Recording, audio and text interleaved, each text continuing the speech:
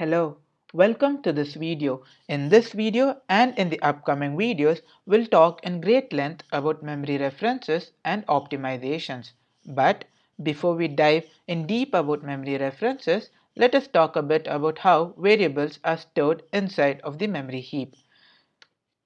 Let's assume that this stack over here is a Dropbox where variables are stored.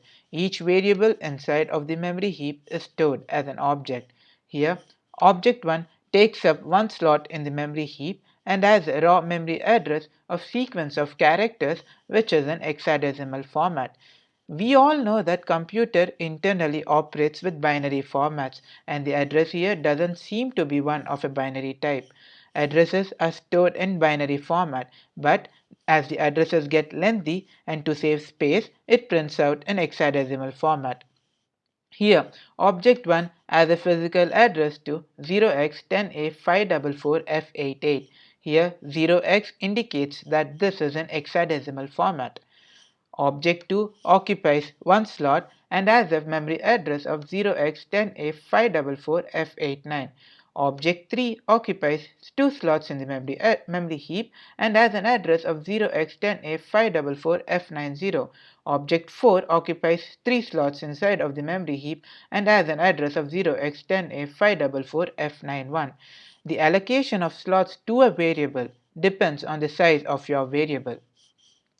The variable stacking up inside of the memory is called a heap. This entire thing is called a heap, and this heap is managed by the JavaScript memory manager.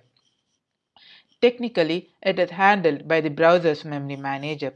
If you're using Google Chrome, V8 handles the memory. If you're using Mozilla Firefox, SpiderMonkey handles the memory. And if you're using Internet Explorer, it's Chakra that's handling the memory for you. For our example purposes, we shall assume that this tag is the JavaScript memory manager, and the retrieval and the storage of variables are handled by the JavaScript memory manager. Most commonly, modern systems are byte accessible, which means one memory location stores 1 byte. 1 byte is 8 bits. Here, object 1 consumes 1 byte, object 3 consumes 2 bytes, and object 4 consumes 3 bytes. Object 3 consumes 2 bytes and object 4 consumes 3 bytes. Okay, now let us go through a quick example. Let me go to the next slide. Okay, here 2019 is assigned to the variable my number, and hello JavaScript, the sequence of strings, is assigned to the variable my string. My number has a reference to the memory address 0x10A544F88 and is stored as object 1 inside of the memory heap. Cool. For the sake of argument, you might say that the number in JavaScript is a double precision and uses 64 bits, that is 8 bytes. We'll talk about integers in great detail in the upcoming videos. Only for the sake of illustrating an example, I'm showing it as it takes up one slot, but in practicality, it uses 8 bits. That is 8 bytes, I'm sorry. My string as a reference to this address 0x10A544F89 and is stored inside of the memory heap occupying two slots as object 2. Cool. Now that's it for this slide, but I wish there was a way to show a practical example of how variables are getting stored in the JavaScript memory manager. Unfortunately, JavaScript's implementations are only standardized in so much as they follow the ECMAScript specifications. The intricacies of memory storage could differ by browser and are not made accessible to JavaScript. Let us take a diversion from JavaScript and look at how Python stores variables inside of the Python manager, which is going to deepen our understanding. Let's see the Python implementation in the next video. I'll see you in a bit. Bye-bye. Hello, welcome to this video. In the last lecture, we discussed about how variables are stored inside of the memory heap. I also mentioned that we'll be taking a diversion from JavaScript and we'll have a look at how Python memory manager stores variables. You need not follow along with me in this lecture. This demonstration is only going to help you deepen the understanding of what's happening behind the scenes. We'll be traversing from JavaScript to Python in this module quite a bit. and I'm sure you'll appreciate this traversal by the end of this module. Just because I'm using Python to demonstrate an example doesn't mean that this memory management is only applicable to Python. The concepts that we are going through are the same in JavaScript as well. I already have a file in Python for our illustration, so let's dive right into the code and have a look at the output. Here 2019 is assigned to the variable my number, and we are printing the physical address of my number inside of the Python memory manager. Here we are using the id method to print out the physical address of my number, and we are using the hex method to display the memory address in an hexadecimal format. When I run the file, I get the output and we can see the memory address. Let me run the file so that I can show you what the address is of the variable my number. Python memory references, and when I hit enter we get the memory address of my number to be 0x7FCEACC07E20. Cool. Now let me uncomment these two lines. Let me uncomment these lines as well. Okay. Now hello Python from JavaScript is being assigned to the variable myString, and we are printing out the id of myString as well. And this is my variable. The sequence of these characters are being assigned to the variable my variable, and we are printing out the memory address of my variable as well. Let us run the file again. Let me clear the terminal, and I'm running the file python memory references. Okay, when I hit enter, we can see that we get the memory address of my string to be 0x10b947e88, and the memory address of my variable is 0x10b951538. Okay, let me go back to the code editor. Okay, now let us see what the memory address of my new number is going to be when we share the reference of the variable my number to it. Let me uncomment these 4 lines. Okay. Before I run the code, what do you think the memory address of my new number is going to be? I'll give you 5 seconds. Give it a shot. Done? Okay, now let's see the output. Let me clear the terminal again, and when I run the file, we can see that the memory address of my new number is exactly the same that of the address of my number 0x7fc1f3f01410 and 0x7fc1f3f01410. These memory addresses are a mouthful. We can see that the memory addresses of my number and my new number are the same. Before we see why they share the same memory addresses, let me go back to the code editor and let us assign a new value to the variable my new number, and let's see what the memory address is going to be this time. I'm going to uncomment the last 3 lines, and I'm going back to my terminal and I'm clearing the terminal. Okay.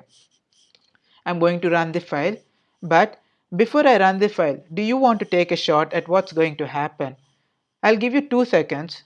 Okay, 2 seconds is way too less. I'll give you 5 seconds. Give it a try. Done? Okay, is it going to have the same memory address of my number? If your answer was yes, then I have another question for you. Will the variable my number get assigned to the new value that we just assigned to the variable my new number? Okay, suppose if your answer was no to the first question, that is it going to have the same memory address of my number, then I have another question for you. Will my new number get a new memory location in the heap? If your answer was yes, then you were right. Let's have a look at the output. Let me run the file. Okay, we can see that the memory address of my new number now changes to 0x7FA8D840CE68. It got a new memory address. That is, my new number now was assigned to a new memory address, and the memory address of my number is 0x7FA8D840CEF50. We assigned a new value to the variable my new number, and as the strings are immutable, we get a new memory address inside of the memory heap. We'll look at mutability in the upcoming videos. Before we move on to the next video, there are essentially 3 phases in memory life, and we just had a look at the first one, that is allocate the memory unit. We are allocating the memory we require inside of the variable, and we are referencing it with a memory address inside of the memory heap. I'll point to the other 2 points when it's time. Now we shall see why they share the same memory address and why the memory addresses change when the values are changed in the next video. I'll see you in the next video. Hello, welcome to this video. In the last video, we saw how variables share same memory addresses and different memory addresses based on how the variables are assigned and referenced. We stopped at why they share the same addresses, that is same memory addresses, when the variable myNewNumber was assigned with the variable myNumber. Here, the variable myNumber has a value of 2019. MyNewNumber and myNumber share the same memory addresses. Why is the question we had in the previous video. We shall address this question with a solution in this video, but we also add a different question in our previous lecture. When we assign the value of 2020, that is a new value, to the variable myNewNumber got a new memory location, that is new memory address inside of the memory heap. That is, it got a new memory location inside of the memory heap and now has a different memory address. Before, myNewNumber and myNumber both had the same memory addresses. That is, myNewNumber shared the same memory address that of myNumber. But as soon as myNewNumber got a different value, myNewNumber is no longer sharing the same memory address of myNumber. It got separated. myNewNumber became independent. Now it has a new memory address of its own. These two questions will be answered in this video. Before answering the second question, we shall see why myNewNumber and myNumber shared the same memory addresses. Let me go to the slide. Okay, in this slide we have 2019 value assigned to the variable myNumber, and myNumber has a place inside of the memory with an address of 54 54 54 5. myNumber has a value of 2019. When we create a new variable and when we assign it the value of myNumber, that is when we assign the variable myNumber to the new variable, that is myNewNumber, JavaScript doesn't give myNewNumber a new place inside of the memory heap. What it does is it's assigning the same memory address, that of myNumber, to the variable myNewNumber. Here myNumber as an address of 54 54 54 5. myNewNumber is also going to have the same address, that of myNumber. JavaScript is doing this by assigning the address of the variable myNumber, and instead of allocating myNewNumber a new address, it tells myNewNumber that 2019 is already stored in the memory, and I am not going to waste my space by giving you a new place inside of the memory. You'll have to share a reference with 2019 which is assigned to the variable myNumber. Do or die, that's all you get. I am not going to give you a place inside of the memory heap. You might think, why is JavaScript Memory Manager being so mean? It does to increase performance and uses that space by allocating it to a different variable by freeing the memory in your operating system. Instead of allocating myNewNumber with a new place inside of the memory heap, it's going to give the space to a different variable which was declared or assigned with a new value. You get the idea. That's the reason why myNewNumber and myNewNumber are referencing to the same memory address. 2019 is all myNewNumber wants. What JavaScript is saying is that 2019 is already being referred by the variable myNumber. So why not use it? Because all you want is 2019, you get 2019. I am not going to give 2019 with a new memory address for you. Now coming to the second question, as soon as myNewNumber was assigned with a new value, JavaScript Memory Manager, instead of referencing myNewNumber with the same memory address that it had before, it gave it a new memory address. JavaScript Memory Manager got disappointed and it gave it a new memory address. But why was it given a new memory address is a real question. It's not just with myNewNumber. If we declare a new value to the variable my new number. Let's say we are assigning it the value of 2020, that is my number is getting reassigned with the value of 2019 plus 1, or my number plus 1, that is the value 2020. We might think that we are reassigning the variable my number by adding it 1 to it. The value 2019 now is getting reassigned with 2020, and so the memory gets a new value and is replaced with 2020. Here my number as an address of 545454 with the value of 2019. We might think that the variable my number is going to have the same memory address, but the value of 2019 is going to get replaced with 2020. But that's not happening. My number is going to get a new memory address. Here in our example, we chose the memory address to be 242424, and the variable my number has the value of 2020 with a new memory address. This is happening because in JavaScript, primitive values are immutable, and number is a primitive value and it is immutable. That is the sole reason why my new number gets a new address, and also when the variable is reassigned, it gets a new address. But with mutable objects, that is different. That is arrays and objects, those are mutable objects. Here we have a variable of my array with the value of 1, 2, 3, and when we push the value of 4 into the array, that is my array, we get a new value, that is 1, 2, 3, 4. But the memory address is going to be the same. Only the internal state of the memory address is going to change. Before, the value of my array was 1, 2, 3, and it had a memory address of 0x282828 with the value of 1, 2, 3. But as soon as we pushed the value of 4, we didn't get a new memory address. It had the same memory address of 0x282828, but the internal state of the memory address, that is the internal state of the value inside of the memory address, changed to 1, 2, 3, 4. Knowing when to use references can be a huge performance optimizer, because instead of creating a new memory address for each push value, that is, instead of getting a new memory address inside of the memory heap, we are having the same memory address but with different values. This can be a performance optimizer when we use the mutable objects wisely. In the last video, I briefly touched on the topic 3 stages of memory life cycle. We allocated variables inside of the memory, which was one stage of memory life cycle, that is, allocate the memory you need. And when you use the allocated memory, like sharing the references for example, is the second stage of memory life cycle, that is, use the allocated memory.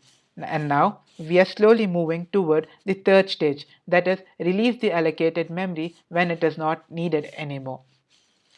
To understand the third stage, we'll speak about the naive reference counting garbage collection. But before we go and start talking about garbage collection, let us take a while and talk a bit about reference counting. What is reference counting? Reference counting allows you to keep track of your reference objects created by your code on the memory heap, and allows you to keep track of how many references are still active. When the reference count goes to 0, you can safely free the memory used by the object. It is a way to implement basic garbage collection. But as said, we shall talk about garbage collection in great detail when we are done understanding reference counting. Let us have a look at an illustration. Okay, here we are assigning an array to a variable a which has a length of 3 with values a, b and c. Variable a has a reference to a memory address of 0x10612cf48. So the count of reference counter goes to 1 because the variable a is being referenced to the memory of 0x106. So this memory has one reference, that is a, so the reference count goes to 1. Now when we assign the variable b, when we assign the value of a to the variable b also has the same reference to the memory address of 0x106. So the memory address of 0x106 now has a reference of 2 variables, so the reference count goes to 2. For the last time, let's assign the variable c with the value of a. The variable c is now going to have the same memory address, that is 0x106. So the memory address 106 now has 3 memory references, so the reference count goes to 3. Now if we assign null to variable c, the reference count goes to 2 because c is no longer being referenced to the variable 0x106.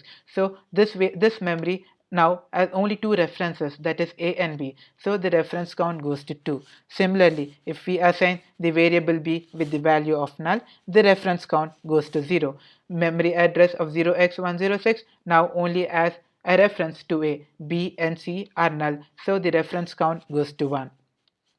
Now if we assign null to the variable a, reference count goes to 0. But the variable a now has a different address. Null has a different address. Null has the own address of its null as a different address, that is it has its own address inside of the memory. We shall see this scenario in the coding section, but as of now let's keep it simple. Null simply means nothing is assigned to that variable, and the memory address can be pointed to any of the thousands or millions of objects that's in the memory heap, just because the variable a isn't destroyed. This is reference counting. Now let us have a look at the naive reference counting garbage collection. And garbage collection is the third stage of the memory life cycle. What is garbage collection? Garbage collection is the process of making space in a computer's memory by removing data that is no longer required to use. In this example, when we removed the reference of A, B and C, these are no longer required for us. So the garbage collection is going to see the reference count, and if the reference count is 0, it's going to destroy all these variables A, B, C inside of the memory heap. Garbage collection is the process of making space in a computer's memory by removing data that is no longer required to use. As soon as the reference count goes to 0, JavaScript Memory Manager destroys that object, making space in the memory. But this is a naive reference counting algorithm and it has a problem. We shall go through the problem after the coding lecture, which is coming up next. The next video can be skipped, but I highly recommend you to go through the next video because we are going to see a special case where the value of a is assigned with the value of null, and null can be pointing to many different objects inside of the memory, and that value can have many reference counts, and we'll see that in the next video, that is in the next coding video. But if you feel like I don't want to see what's happening behind the hoods of Python, how the reference counting works inside of Python, then you can skip the next lecture. But I recommend you to go through the next lecture because we are going to cover an important aspect. Okay, don't skip the next lecture. Thanks for watching this video. See you in the next video. Hello, welcome to this video. In the last video, we spoke about how if the variables is referenced to other variables, the reference count of that variable increases. Here we had a variable of a with the value of 1, 2, 3, that is an array with the values of 1, 2, 3, and it was pointing to the memory address of 0x106. So this memory address had a memory reference of one variable, so the reference count became 1. And as soon as we assign the variable b with the variable a, now the variable b was pointing to the same memory address, that of a. So the memory address 0x106 now had two memory references with it, the variables a and b, so the reference count became 2. Now when we assign the variable c with the variable a, variable c was referencing to the same memory address, that of a. So the memory address 0x106 now has three memory references, that is the variable a, b and c. So the reference count goes to 3. As soon as the reference count goes to 0, JavaScript Memory Manager destroys that object, making space in the memory. In this video, we'll have a quick walkthrough using Python to calculate the number of references. To save time, I already have a Python file which is going to give us the output of the number of references. I am printing the reference count of the variable with the reference counting function, which is defined here. The reference counting function takes in a parameter called address. The ctypes module takes in the ID, that is the address of the variables, and it spits out the reference count of that variable for us. Here we are passing in the address and we are returning the reference count number. Now when we print, before printing, Let's see. Here we have a variable with an array 1, 2, 3. In Python, it's called as list. Okay. Here we have a variable with the values 1, 2, 3 inside of an array. And when we print the ID of A, we get the reference count to be 1. Let us see the reference count. I am running the file Python reference count. Okay, we can see that the variable a has a reference count of 1 and the address of the variable a is pointing to so and so address. Now when we assign the variable b with the value of a, and when we print out, we can see that the reference count of a now increases to 2. As said, reference count of the variable a is 2. Now when we assign the value of a to the variable c, and when we print the reference count of the variable a, we can see that the reference count of the variable a is 3. Now let us remove the values c and b, that is, let us assign the values of none to the variable c and b, and when we print the reference count of a, now we can see that the reference count of the variable a is 1. Here we are assigning c the value of none and b the value of none. So c and b are no longer sharing the memory address, that of a. So we are getting the reference count of the variable a to be 1. Now before assigning a to the value none, let's assign a to a new variable a underscore id. Now let's assign the variable a none and let's pass in the address of a underscore id instead of a. I'll tell you why in just a bit. Here we are passing the reference counting of a underscore id instead of a. Now when we let me clear the terminal, and when we run the file, we can see that the reference count of the variable a was 1 and now it became 0. That is, when we printed the reference counting of a underscore id, that is a underscore id, the a underscore id had the value of the id of the variable a, that is the memory address of the variable a. So when we printed the reference counting of a underscore id, the value, that is the reference count, became 0. Cool. You can see that the reference count of a underscore id is 0 because a underscore id had only one shared reference, and after assigning it none, it became 0. Now we know that the reference count of a is 0, and now if we pass in the address of a, we'll see a strange behavior. We have the value of none inside of the variable a. Now when we print the reference count of the id a, that is the variable a, we'll see a strange behavior. Here we get the reference count of the variable a is 2431.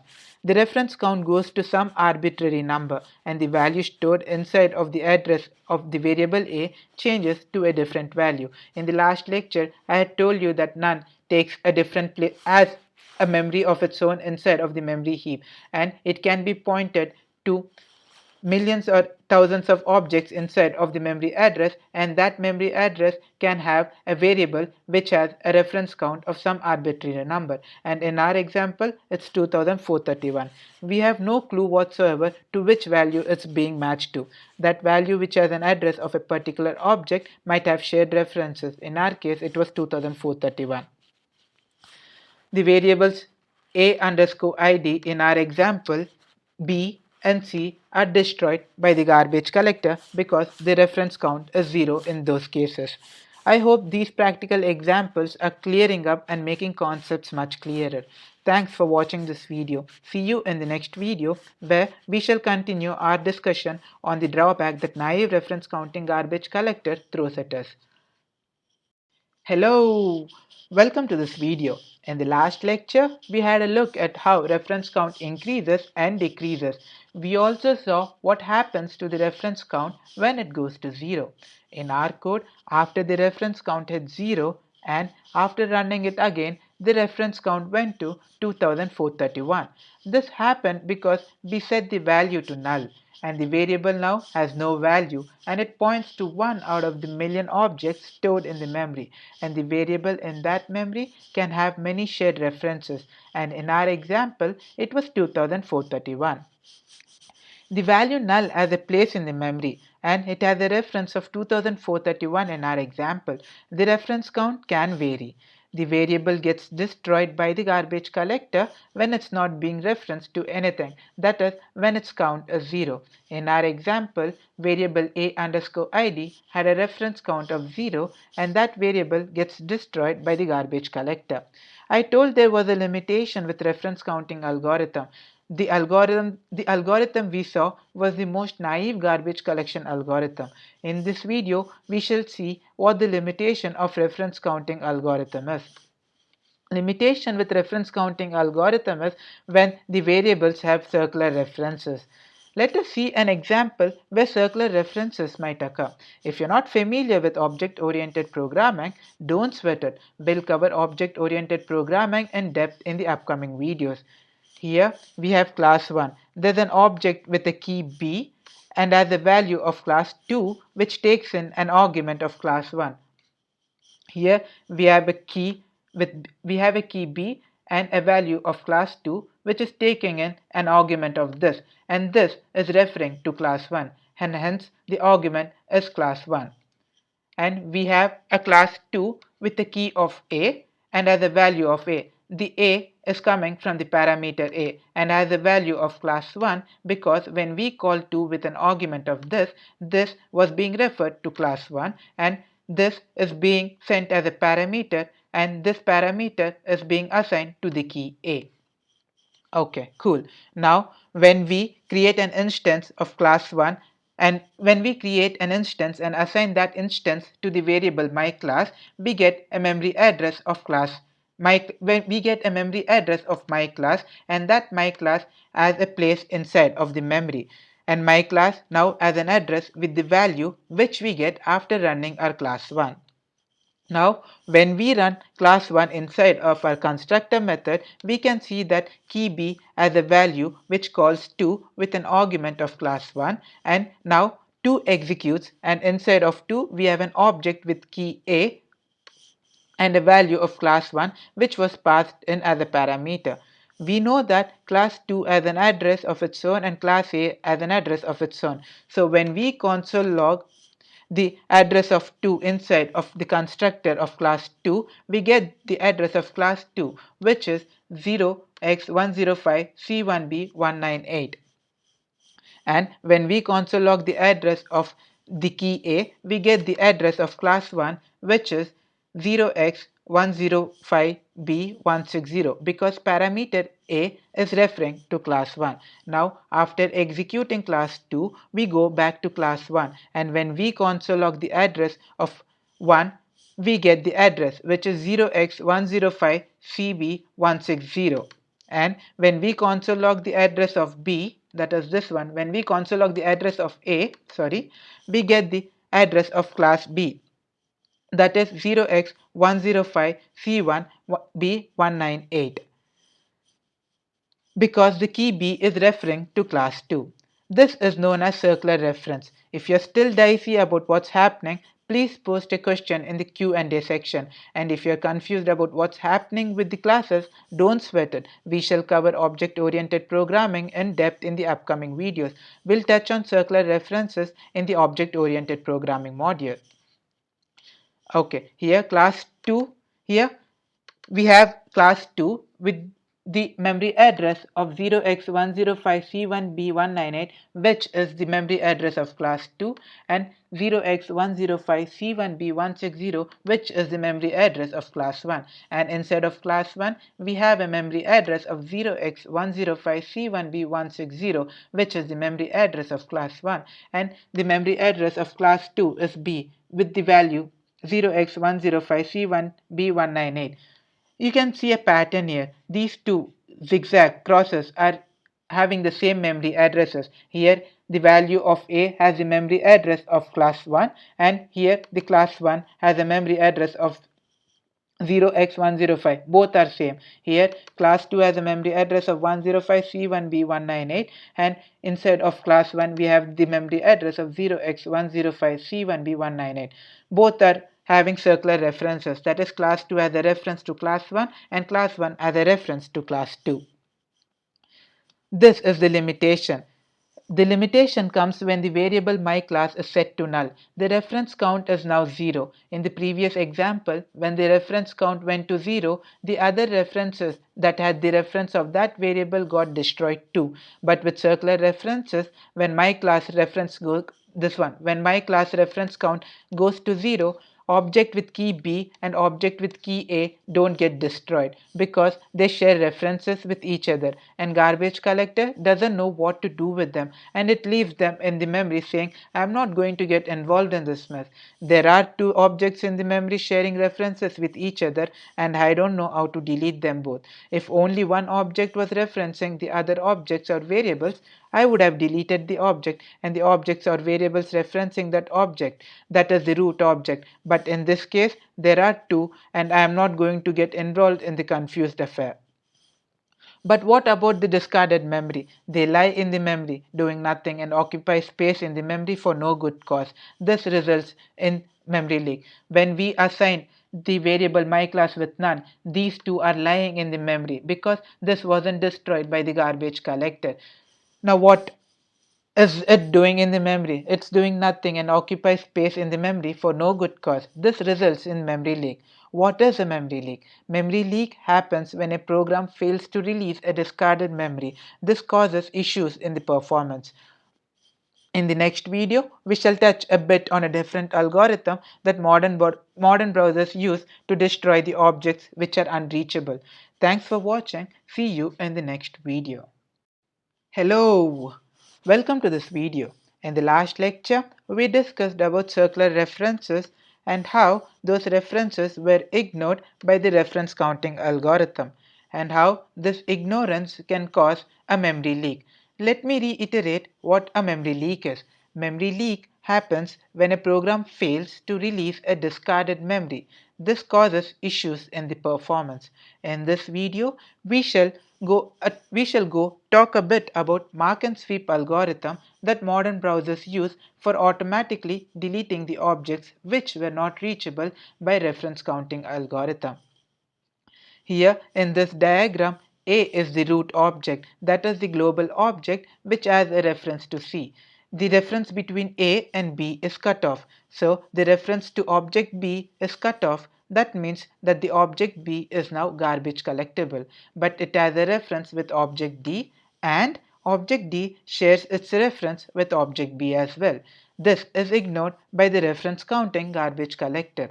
But what mark and sweep algorithm does is it traverses through all the reference objects. Here all the reference objects from object A, that is from the root object A, is only the object C. So what mark and sweep algorithm does is it traverses through all the referenced objects from the root object, that is the global object, and marks them alive, that is they exist and are being used. This is the mark phase. Now comes the sweep phase. Sweep phase is where every node, that is every object, is touched from the global object. It goes from object A to B, and from object B to C, and from object C to D, and then checks if they are marked as alive or not. If they're not marked as alive, they can be deleted by the garbage collector. This is the sweep phase, and thus the name mark and sweep algorithm. Cycles are not a problem anymore with this algorithm. In our first example, the objects were not referenced by the global object. It was myClass in our example, if I'm not wrong. Yes, it was myClass. Consequently, they were unreachable by the garbage collector. As of 2012, all modern browsers ship a mark and sweep garbage collector. I hope the two videos on Python coding helped you understand better what memory management is doing under the hood for us. Thanks for watching this video. In the next video, we shall start a new module. See you in the next video.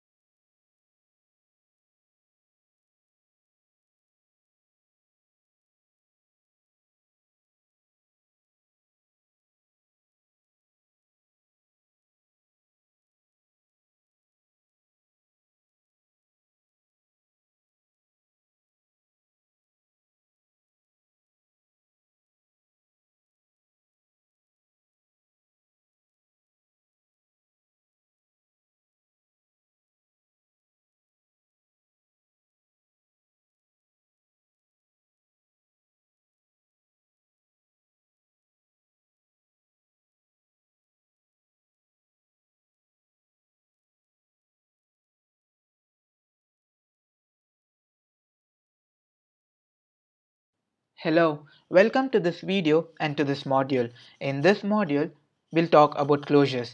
You all might have known what closures are in JavaScript, but I'm here to tell you something more than you know about closures. You might already be familiar with closures, and in the next video, we are going to talk about how JavaScript references closures in its memory, and this part is what I told might be something new. And if you already know how closures are being referred inside of its memory, this module might not be much of an interest to you. But I highly encourage you to go through this module. In this video, we'll see what closures are, and then in the next video, as I said, we shall see how JavaScript references closures in its memory. We all know lexical scoping and how inner functions can access variables from its enclosed functions. Here in this code, let me remove inner for a while. Let me remove the return inner. In this code, we have myString inside of the outer function, and inside of the inner function we are console logging the variable myString, and when we console log myString we get JavaScript on the screen. This myString, there's no variable myString inside of the inner function, and this myString is being accessed from the outer function, and where myString is assigned the value of JavaScript. This is the lexical scoping and action. Here inner function can access variables from its enclosed functions. Here the enclosed function is the outer function. We also know that for each scoping, namespaces are allotted. Here for the outer function, the namespace is allotted, and for the inner function as a separate scope, namespace is allotted for this inner function as well. Just to make sure we all know what namespacing is, let me tell you what namespacing is. Namespacing, simply put, is a collection of names. In JavaScript, you can imagine a namespace as a mapping of every name you have defined to corresponding objects. Different namespaces can coexist at a given time but are completely isolated. The namespacing inside of the outer function is completely different from the namespacing inside of the inner function. A namespace containing all the built-in names is created when we start JavaScript and exists as long we don't exit. This is the reason why built-in functions like toString, toFixed, etc. are always available to us from any part of the program. Different namespaces are isolated, hence the same name that may exist in different scoping do not collide. Now let us look at a small example where closures are taking place. Let me open the developer tools, and I already have a file named closures inside of the snippet. And okay, let me remove this code. Okay, inside of closures.js I'm going to write exactly the same code that we saw in here. Let me, okay, this one, let me put the inner statement back. Okay, return inner. We're going to write down the exact same code inside of the closures.js file. Here I'm defining a variable, defining a function outer, and inside of the outer function I am assigning the value of JavaScript to the variable myString JavaScript. Now inside of the outer function I am defining another function. I am naming it inner, and inside of the inner function I am console logging the variable myString, and now outside of the inner function I am returning the inner function. Now in the global scope I am declaring a variable result, and I am assigning it outer call, that is outer function, and once the outer function is called, the inner function is being executed when we call the result function. Here when I assign outer function to the result variable with these two parentheses, we are calling the outer function, and when we call the outer function we go inside of the outer function, and inside of the outer function we are assigning myString inside of the variable environment the value of JavaScript. And now after the variable is assigned to myString, we go down, and when this function is not being executed because this function is not being called, so we return inner, and we are returning inner to the variable result, and result now as the value of this one, the highlighted portion. And when I call result with the two parentheses, this function is being executed, and when this function executes, we get the output JavaScript on the screen. Let me run the code, and we can see that the output is JavaScript. Now when we return the inner function, this one, when we return the inner function, the variable inside of the outer function, myString, is no longer referenced. And remember how garbage collector destroys variables that has no references. Then how is inner function able to access the variable myString? We are returning the inner function, and as our knowledge from the first module, we know that myString is not being referenced, and garbage collector destroys this because when we return the inner function, we are only accessing this portion, and myString is not inside of the inner function. MyString is inside of the outer function, but we are not returning this. We are not returning the entire portion, and myString should be destroyed. But we are able to access myString, and this is happening because of the magic of double square bracket scope property, which is hidden inside of JavaScript. JavaScript has a hidden property, double square bracket scope, and what it does is it closes the variables enclosed within the inner function, that is the variables inside of the outer function. This portion, the scope property, is going to enclose every variables inside of the outer function, that is the enclosed portion, enclosed function of the inner function. This is called closures. Suppose if we had a variable of number, let me write it down. Suppose we have a variable of mynum and has a value of 10. Mynum is also being enclosed, that is this mynum is also being enclosed by the hidden property scope. Let me remove this. Now this part is known as the closure. Let me put a debugger statement at line 11 and let me execute the code. When I execute the code, I enter the debugger mode. Let me step down the code. We enter the outer function, and inside of the outer function, we are assigning the value of JavaScript to myString. We can see that inside of the local scope, that is the variable environment, we have myString with the value of JavaScript. Now we are returning the inner function. When we return the inner function, we come to the global scope and we are executing the result function, and when we execute the result function, this inner function is being executed. We enter inside of the inner function and we are console logging myString. Observe in the scope that we have, observe in the scope section, that is this portion, we have something called closure, and inside of the closure we have myString JavaScript. This is being done by the double square bracket scope, and this is how we are able to console log myString, and we are getting the output as JavaScript. This is closure. This whole region is closure. This entire portion is closure. A closure is an inner function, that is this function has access to the outer enclosing functions variable. Outer is the enclosing function and the variables are being accessed by the inner function, even though when we return the inner function. Just to reiterate what closure is. A closure is an inner function that has access to the outer enclosing functions variable. This is no new to you, but what I think might be new to you is how it's saved inside of the memory, and we shall see how in the next video. See you in a bit. Hello, in the last video we had a brief overview on closures.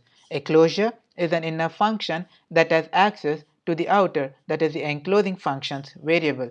In our example, the outer function is the enclosing function and the variable that the inner function has access to was this variable myString with the value of JavaScript. To be precise, the inner function's enclosing function was the outer function and the variable that the inner function has access to was the variable myString that was inside of the outer function, that is the enclosed function. In the last video, I might have told that I put a debugger statement at line 11, but what I really meant was I put a breakdown at line 11, and when I executed this code, it entered the debugger mode. Okay, in the last video, we also saw how myString was able to access the value of JavaScript because of the hidden property double square bracket scope. And when we console logged, we got the output to be JavaScript. When we entered the debugger mode and when we stepped down through the code, we saw that inside of the scope box we had a closure with an object of myString and a key of JavaScript. MyString had a value of JavaScript, and when we console logged it, we got the output as JavaScript from this closure. Okay. A closure is an inner function that has access to the outer function's variable. Cool. In this short video, we shall see how the hidden property square bracket scope is able to retrieve the variables, which to our knowledge is destroyed by the garbage collector.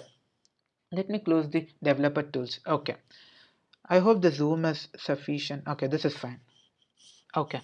Closures are higher order functions. Higher order function is a function that takes a function as an argument or returns a function inside of a function, and we are returning a function inside of a function, and that is closure. This whole region is the closure. Okay. Now, when JavaScript sees a function being returned inside of a function, it creates an intermediary object with a memory address to the main object.